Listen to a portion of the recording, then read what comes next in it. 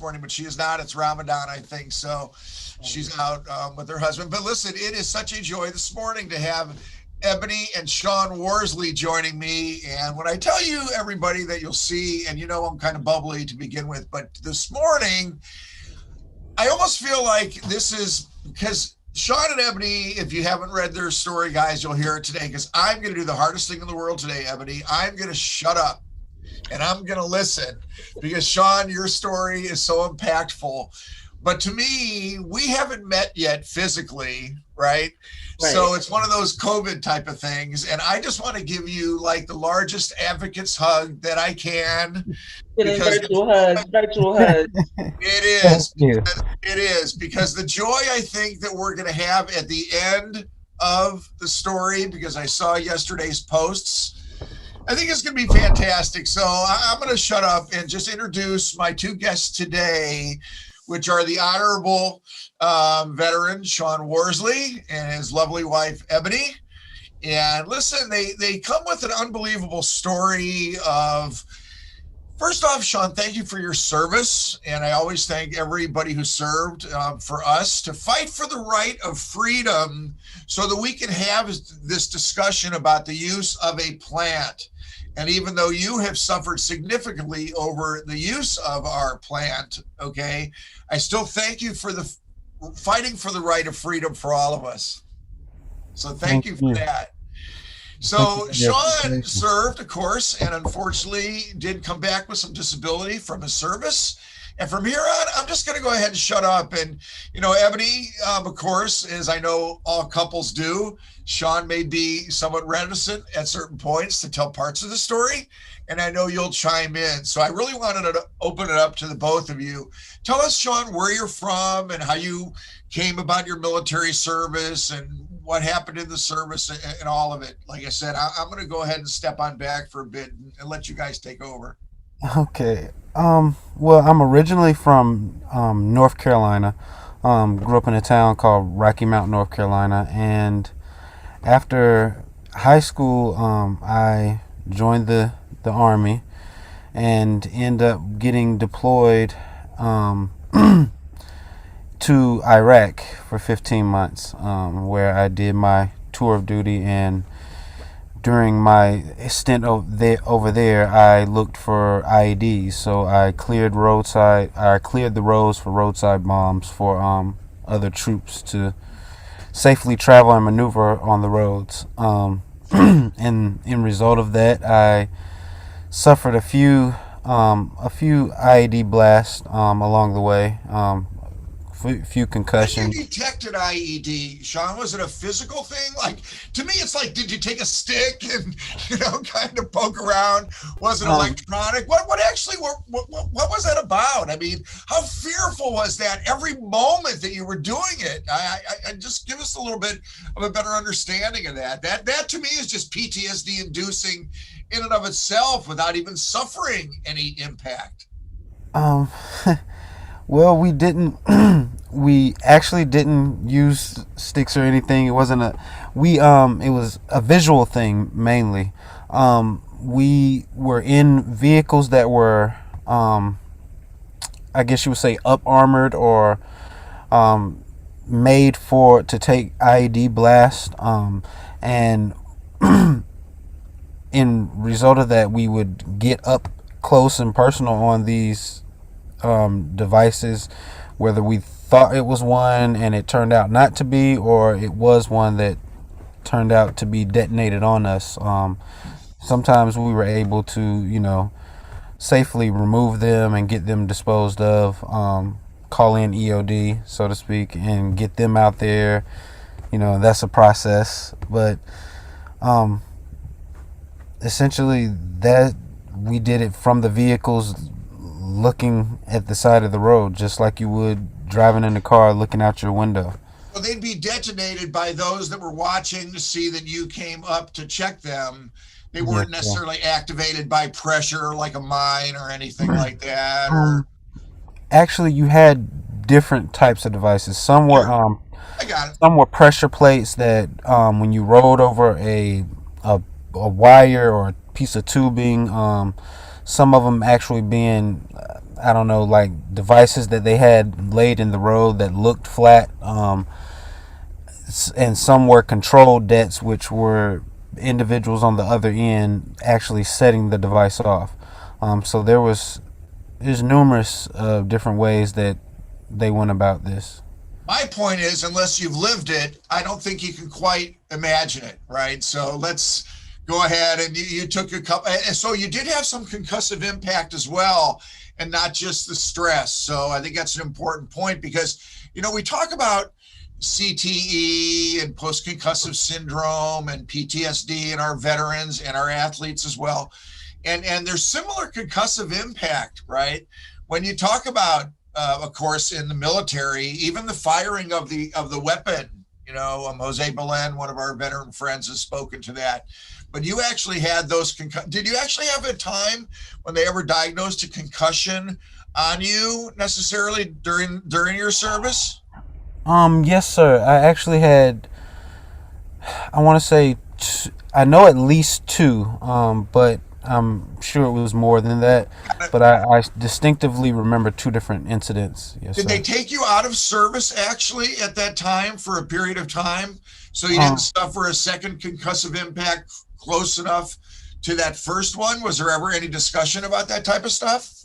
Yes, sir. After each concussion, I think I was off missions for maybe a week. You got it. Sure. Yep. So, Just, and then and then listen, not to hasten up the story, but when you were actually in the service in the later times, did you feel the concussive impacts already while you were still serving? And then when you got out, it worsened, or tell me how that came about. um, I'm sorry. I'm trying to better understand that question. So did you realize that after you had the concussions and you were still serving in Iraq, that you were already suffering some of those effects before you even left the service, or did you not know it until after you got out? Yes, actually, I did notice things started to change. Just the night terrors, just the inability to sleep, the restlessness, and even the hypervigilance. A lot of that came onset early on, and I sought help for that, and they, I believe, just prescribed Seroquel, and well, they went through a list of medications from Seroquel, Trazodone, Ambien. Yeah, it was the list goes on. And that's actually while you were still serving, and then of course in your VA care after you got out. Yes, sir. Right, right.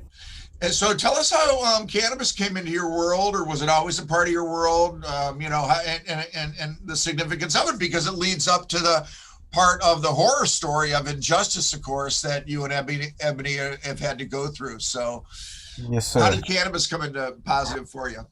It actually kind of transpired after.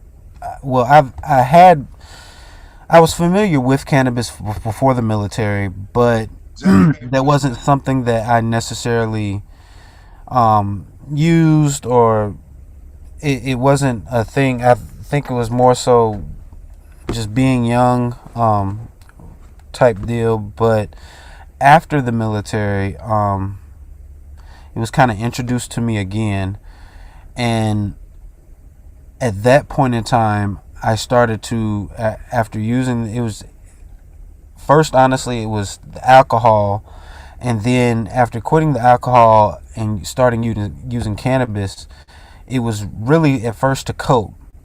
And after a while, I started noticing that I was able to sleep better. I had more of an appetite. My mood was a little bit better. And then I also wasn't having these night terrors when I did fall asleep. And I'm like, well, what's happening? What's going on? And after a while, I started noticing that it was the cannabis. And ever since then, I've been When did you that's start my, being under a doctor's care for with your cannabis use, Sean? When did you actually get into the medical program out in Arizona? Correct. yes, sir. Well, I got into it in Arizona after basically getting stopped or getting charged for having cannabis there, and being placed on probation. And when I that In was done, Arizona, okay, so in Arizona, I got it. So listen, and I think that's such a huge point. And Ebony, I'm glad you're back with us.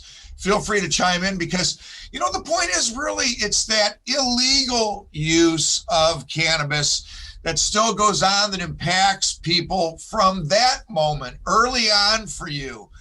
When you were a suffering veteran at that point, looking for answers and solutions, right? And there's not every state that even has a medical program at this point. And fortunately, you were able to raise your voice even at the VA level to ask for help. Many people can't raise their voice to ask for help because it's the culture we live in. There's licensure issues and things of that nature, right? So it's interesting that even way back when you were trying to self-medicate, you had that law enforcement impact that actually put you towards getting into the medical program. And we still see that in Florida all the time. So people will come in after a minor impact with a major impact, quite frankly, with law enforcement. They can just have some cannabis in their car and get stopped for a headlight infraction. I know you'll tell us your story in a moment. But the point is, even before the medical program, you had that impact. And that's a shame. We still see it every day. yes, sir. So that actually got you in. So did the doctor actually help you in teaching you a little bit more about THC and CBD and the use of the different cannabinoids for really what was going on with you for PTSD, or did you have to figure that out for yourself? That was something that kind of had to be figured out by myself, and then just visiting different dispensaries in the area once I got my medical card. And a lot of the information, I guess, would come from between the dispensary workers, and then just researching ourselves. My wife doing a lot of the research, just to And we find speak out. to that. We love our, patients and their families that do their research. We also feel, of course, that the doctor has a big role to play in making sure that patients like you understand that. We're able to reduce your burden of psychiatric medicines, of course, that the VA was throwing at you and the whole bit with your use of cannabis. Yes, We're sir. living, of course, in Arizona, happily, successfully. Ebony, when did you come in to meet Sean? Were you involved with him during his service, or No, was it only after his service that you met? I met Sean after his service. Sean got out of the service in 2008. I met him in 2012. And at the time that I met him, I've been working in mental health and behavioral health for quite a few years, just different populations, different demographics. And I come to learn about PTSD, and just a few other different mental challenges or cognitive challenges. And so when I met Sean, I was anti cannabis myself, even though I grew up, very familiar with cannabis. I was in like DARE programs, and so I was taught that there were very harmful effects. This is your brain on Wow. drugs and things like that. And so when I met Sean, and he had an old charge for possession, actually officers walked past his apartment while he was in school in Arizona, and they said that they smelled cannabis, and so he was actually charged with possession. It was actually an attorney that he had that recommended if he get his card that would help, and they transferred him to Veterans Court where they were more mindful and cognizant of his challenges that he faced, and that cannabis would be a beneficial medicinal use for him. And so I began to do research because I personally was referred to have cannabis myself, but again, I didn't know enough about the medicinal properties at that time, and so I was still fighting with different opioid prescriptions. And so, as time went on, I began to notice Sean's his affect changed, his personality began to change some. He felt more confident. So I began to notice, like he said, there was something happening here So that he was using cannabis, Ebony, or was he kind of keeping it on the down low from you because he wasn't quite sure where you were coming from? he didn't hide it from me, but he knew at the time that I wasn't really as open to it. I personally had a prescription myself, but I was struggling with using it and not using it because of my job. I worked for state entities, Sure. and you can't use cannabis, and so I struggled with opioid medications at that time. And so Sean, I began to watch him, and I began to notice It wasn't an addiction. I've worked with substance abuse, disorders. And for Sean, I began to notice that he was able to feel more confident within himself. He was able to just function a little bit better when he had cannabis. He wasn't as, anxious. He didn't have as many severe episodes. He still had some struggles, but it was nowhere near the impact from what his family began to tell me. Friends who knew him at the time began to share with me some of the things that he struggled with and how he's becoming a different person. And so I began to watch the change. We've been married now, and we've met. We only dated 12 days before we got married. Wow. We've been right. Wow, what a great story. Yeah. We've been married 9 years this year, and I've watched the change in Sean from cannabis. That's incredible. I did not know that backstory, Eboni, about you being the behavioral health and having that background, and also kind of the anti-cannabis early on. Not anti, but once again, I like to call it non-educated. All of us, none of us learned this in med school, in any of the therapy, aspects, social work. None of us. We just don't. Yeah. Wow, that's fascinating. I didn't know that. Well, Sean, you know what, bud? 12 days. That was a heck of a good job, man. Yes, seriously. And since then, of course, and we'll get to the happiest of happy endings, because how far along are you now, pregnancy wise, Eboni? We are 5.5 months. We'll actually be 5.5 6 months in a week or so. So we're busting to the end of the story, but let's not do that. So you guys, so you saw literally, and once again, so interesting because of your background, you saw these changes in Sean and you appreciated them, which made you become more interested, do more research, do more study, and become an advocate, of course, now in your own right, which is unbelievable. But why the heck did that have to happen, Sean? So your mom was living in Tennessee and you were in Arizona. So this is pre-COVID. You were going to go and visit your mom. So off you and Eboni set on your way onto the road. So let's get to the horrible part of the story, I guess, since, we've talked about some of the positives that you were able to gain. And to make a long story short, too, in Arizona, you were working and you guys, you were out there, doing your thing, man, as a honorable veteran who was utilizing cannabis for good. You had your card, you were legal, and then you were going to go see your mom, correct? Yes, we were going to visit my family. They actually stayed in North Carolina. Yeah. And upon going to North Carolina, my wife's family was in Mississippi. So we stopped through Mississippi and visited them. And upon leaving Mississippi to North Carolina, we drove through Alabama. I almost want to start some music, guys in the background. I don't know exactly what music it is, but some southern type of. Go ahead, Sean. Not to put a humorous tilt on what's going to become the horrible part of the story, but we can all imagine the situation. Here it is. You're driving through the South, and yes, sir. We pulled into a gas station to originally get gas, and when we pulled in, we were approached by an officer. He pulled in, kind of blocked our car from pulling off, and he got out of the vehicle and essentially he said that we needed to turn our music down, which was already down at the point in time when I was even exiting the vehicle.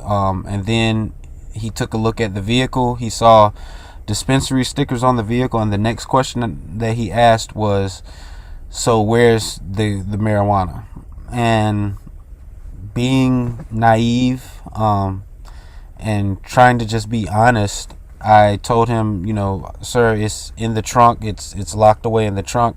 I have my medical cannabis card. It's all prescription cannabis. Like, it's all prescribed. It's in the proper containers, everything like that, and it's locked away in the trunk. He immediately put me in cuffs. When I tried to give him my ID and my medical card and my military ID, he threw my military ID and medical card in the floorboard of my car and said I wouldn't need these where I was going, and proceeded to put me in the back of his car. And at that point in time, I know my wife, who she was trying to call my mother to explain to her the situation and what was going on, make her aware. And she was also he took the phone from her and also put her in cuffs. And that's Started a horrible process for you. 10 months, and you tell me, please, because I don't want to minimize a day of it. You went through incarceration in the Alabama system. Yes, sir. It's it started with, being 6 days in Pickens County there when they initially arrested us. And we got out on a bond, and then probably the following year we were called back by the bondsman and told that we needed to return to Alabama and go before the judge. That our bond year. So a year went by. You guys were back in Arizona. You were doing your thing, but it took 6 days to proceed out of there. Yes, I don't sir. suspect you got to see your family. No. But you were back in Arizona. And okay, I got it. So it took a 1 year period of time for this to kind of rise up again somehow. Yes, sir. And at the time when it came back around, we were actually staying in Las Vegas, Nevada. So at this point in time, we were contacted by the bondsman. He told us we needed to be there. We told him that feasibly it wasn't so financially feasible. He at that point offered to pay for our gas to get there, and that's what he did. When we got there, we were in communication with the bondsman, the public defender, letting them know, hey, we're en route, we're on our way. I had to call my public defender and ask him about me being in court, because I'm like, this is the first I've heard of this. And he was like, oh yeah, I was trying to talk to the judge and see if we could get it, pushed off or something like that, and explain to him that you're coming from so far. But yeah, I'm not going to be able to do it. So yeah, you kind of need to be here. How much cannabis did you have at the time, Sean, that they were making such a big deal out of? How much were they charging you with? What was in the trunk of your car? Because as I remember reading it, it surely wasn't any massive amount. Correct? No, they charged me with 10 grams of cannabis. 10 grams, everybody. But, and I know this because I participated in this very small aspect of your case, but you had a scale because you measured out your medical cannabis so that you were using the appropriate amount. Yes, but sir. Somehow this became a problem to them. Yes, sir. So with the scale, they I guess immediately deemed me as trafficking, or that's how the officer wrote it up. And when in actuality, anything 2 ounces or less was considered a misdemeanor in the state of Alabama, even at that time. But the thing was that it was at the officer's discretion on how they charged you. And at that point, he, I guess, saw. Listen, somehow I just looked at my phone for some reason. It's 8:56, and I can't believe that. So I don't want to run out of the time and short shrift what it's taken to get you the hell out of there, right? So I became involved because of the Appleseed Project, right? Which assisted you guys. So why don't you go ahead and tell us, Sean, let's get to the part where now we know that you suffered and you were incarcerated. You've been on parole still in Alabama for this period of time, and now I think there's a happy ending. But give us that 3 minutes now of Appleseed Foundation, how the hell you got out. Give a shout out to the senator, of course, who's helped you guys that you just met. And we'll have to have you guys back because there's just way too much more to talk about the specific usage of your cannabis, Sean, that's made you a better and happy person. And listen, the whole Delta 8 problem that you had with the parole, with the probation board, pop that in. But go ahead, because I know we're going to run out of time and I'm going to get frustrated. Yes, sir. So it's been it's been it's been a process, and actually Bay, because she's handled a lot of all the issues that have arose while on probation, even before even getting out, I mean, on parole and things like that. So Listen, my friend, I am so honored that you shared the parts of your story with us that you shared of approaching and there were things that I learned that I didn't know. So you've done your share, man. Kick it to the partner who I know has been out there doing everything she can to get you back to the zone that we all want you back at, which is out there functioning as the honored veteran that you are. And you're going to get every effort out of me to make sure that we can do that, not just for you, but for every veteran out there, and especially for those that have been harmed by these type of stories. And I know you're having a GoFundMe. I'm going to make sure that Adam gets that up before this is over as well. So Eboni, go ahead and take it over and tell us, what it took to get Sean the hell out of there. Absolutely. So Sean's mom and I were trying to find help. So we contacted the Equal Justice Initiative. We contacted so many different locations, and his mom reached out to Alabama Appleseed. They immediately took interest. Leah called me, Leah from Alabama Appleseed, Leah Nelson. She did an interview. She posted an article right before Veterans Day, for 4th of July, Independence Day, and it literally gained international attention where people were just like, this is insane. She did all her fact checking, so she reached out and got all the documentation, the arrest records, everything, the court records, his medical records from the VA with our permission, and literally just began to advocate and make sure the opinion of public court understood what was happening, and they felt it was outrageous, just like yourself, and got involved. And there were so many partners and players behind the scenes that helped Sean get home where he is now, including Cam Ward, yourself writing a letter to help explain about the scale, which was a misunderstanding. There were so many veteran advocate programs. There was Judge Carroll, John Carroll, Senator Cam Ward. Actually, he was awesome as well. He was very intricate in helping Sean get home. There were so many veteran groups, Veteran Canada Coalition. There were so many groups that got involved and were like, hey, this is the truth about cannabis. This is what happened. This is why, and we can attest to these things. Sean's old sergeant in the military. There were so many individuals that kind of helped pull this whole situation together for the courts here in Alabama. And they still didn't want to do anything. So that's where getting involved on the parole level was the only other option. So your letter, Senator Cam Ward, getting involved, helping fight behind the scenes. Alabama Appleseed consistently fighting, different lawyers, different judges, different veteran agencies, all of them began to approach the parole board. And here we are now. So we're still on parole in Alabama. We do have a happy ending. We are leaving very, very, very soon. Where Sean is able to not only be treated for cannabis, but also just other options for VA, for PTSD, for TBI, for health options. He has a veteran community there that's going to rally around him. We have support and get to go back to the West support. Let's pop that GoFundMe up, Adam, if we got it, that link for these guys. Because listen, certain causes I absolutely believe in, and this is one of them, everybody. So I wanted to make sure that I offered to Sean and Eboni the opportunity to pop up their GoFundMe that's going on, because listen, the expenses that they've gone through, I don't even want to think of. And these people deserve to get home in peace, in comfort, to that extent. So everything that we can do out there to assist that guy. So listen, I'll admit I tickled a little bit into the GoFundMe this morning. Patty's birthday was yesterday. Mine's next week. It would honor us if you would not match the donation, obviously, but if we could get a combination of donations to match our donation from Compassionate Cannabis Clinic, that would be awesome. So pop it on up there, Adam.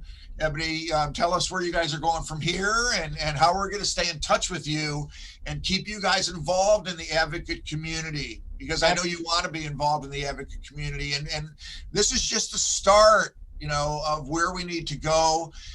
I read that story. Thank you to the Appleseed Foundation for sharing it. That's where we all learned about the plight, so we need these type of efforts. So I hope you're going to accept my invitations in the future to continue to work, on these type of projects as we go forward. Sean has such a strong story, and Eboni, with your strong voice as well. I can't wait to see what's the union of you two is going to produce in the next generation. So joyous about that. Thank you so much. First, thank you. Send a happy beloved and belated birthday to your loved one, and thank you guys so very much. Yes. We is that actually up there, Adam? But I can't see it. Is that what it's all about? The GoFundMe link? Did we pop that up? Is that they're seeing it on the other side? I just can't see it for me. Yeah, I got it. Okay, good. Because that's the most important thing to me, guys. And once again, the message is so profound. Cannabis is a plant. Let's face it, no matter what happens at the national level, state by state, we're going to have to fight these battles, right? We know that. And there's still going to be issues at every state level, every jurisdiction. So, Eboni, what you were saying is that you do believe in the next couple weeks, you guys are going to be able to achieve the mission. And we'll literally be gone before the end of next week, before the middle of next week. We'll be leaving out at the latest Monday, Tuesday. Sweet home, not Alabama. It's beautiful here. However, like you said, I don't think people are very aware of the impact of the war on cannabis.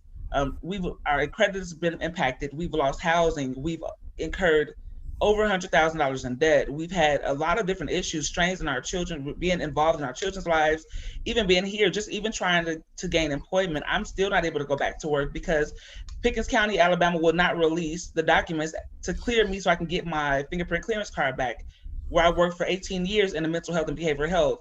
And so just we're able to go to California because we have better opportunities there. They're more knowledgeable about cannabis, how it's beneficial, but also the VA system there. They're taking a really awesome initiative to help veterans and just other avenues as well, not just cannabis. And so that is where we were referred to go for health issues for Sean and myself. The challenge has been because I'm not working and I haven't been working since my open heart surgery right before Sean was extradited. Being here in Alabama, Sean just started his job in March because he had to go through a re-entry program. We incurred so much debt. We were literally, it was the grace of God and the supporters that we were able to make it to where we are now. And so to leave here, a lot of people are understanding that it takes a lot for us just to even travel to get to California. We're still praying and believing God that we're going to be able to get a place when we get there and get set up. And so we do appreciate you and other individuals who have donated to the GoFundMe, who do understand the impact. It's long after Sean is released from prison. There's still so many pieces of our life we have to pick up. We have to repair our credit. We have to rebuild bonds with our children. We have to get back into the acclimation of being under healthcare treatment. We have to get back into therapy. We have to get back into building our credit back up and getting savings, which we don't have. There's so many different pieces that are impacted, and we just don't have enough time, but I would love to come back and share more. But yes, we're leaving to go to California. We're leaving Monday at the latest. Loading up the truck, but you're not moving to Beverly, as they say. But and it was the Deliverance song that I was trying to think of, everybody, with the Alabama vision and all that. But listen, guys, you lift us up so. And we want to do the same for you as a community. So hopefully people will, tickle a little bit into the GoFundMe. Every little bit counts. But thank you for sharing your story. And next week, everybody, we're going to have part 2 of this. Honored to have Richard DeLisi and Elizabeth Buchanan, his attorney from Last Prisoner Project, appearing in part 2 of Injustice. Richard was in for 30 years here in Florida, guys, for cannabis. And so, and it's interesting, the derivation of this, as we close up, we wanted to tell patient stories, right? And listen, I'm the kind of guy that I like to swing for the fences. So hitting a grand slam and having this specific patient story was about as impactful as I could ever imagine for the green room. Everybody continue to tune in and you'll hear more. But Eboni and Sean, thank you so much. Godspeed as you go forward into your next phase in so many ways. Eboni, you know where to find me. Absolutely. And I can't wait to hear and see what's going on from here. So thank you guys so much. It's been such an honor to have you today. Thank you, guys. You'll Thank see you for having us. We're just getting into the beginning of being able to advocate publicly. So you guys will definitely see more of us in the very near future. Can't wait to see you again, guys. And like I said, wrap you up and give you that advocate's hug that I've always wanted to do. So we'll see you soon. All right, see you soon. Thanks for having us. Thank you. All right, guys.